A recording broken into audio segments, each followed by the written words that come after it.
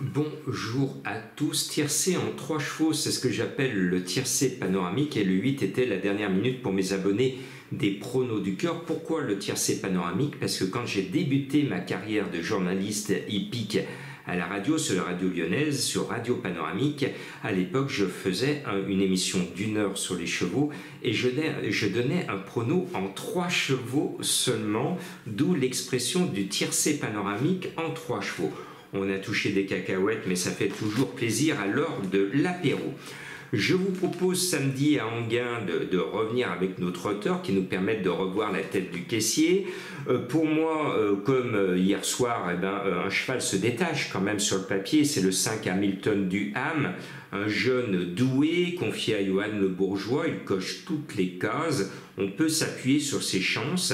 Et le 8 Baia del Circeo, cette belle italienne, est capricieuse. C'est madame qui décide avec elle, c'est tout ou rien, donc attention danger. Franck Nivarge le met, mais ce n'est pas un coup sûr. Si madame n'a pas envie, elle ne sera pas là.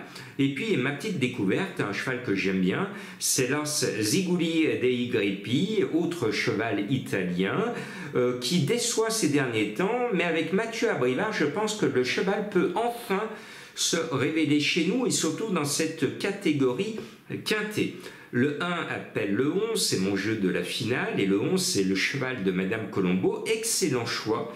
Le 11 Marion Foutibon, quel joli nom, confié à David Thomin, qui est toujours en réussite constante. Et bien ce 11 en forme, qualiteux, toutes les cases sont cochées avec ce cheval-là. Et puis le 14 King Shermer est un Hollandais que l'on aime bien. Il se fait un nom chez nous en France, il est régulier, c'est même un vrai métronome. Encore une fois, il va être dans la bataille finale. Devant en première ligne, le 3 Gino Viva a de l'expérience au niveau des quintés.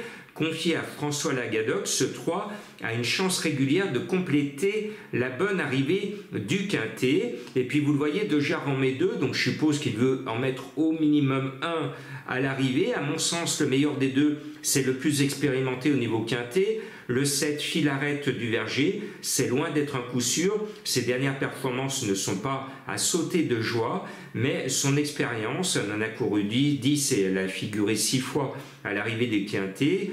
Cette expérience peut être pour elle un atout. Et puis il y a un cheval que j'aime bien, qui a beaucoup déçu, c'est le 10 Rocky Tilly.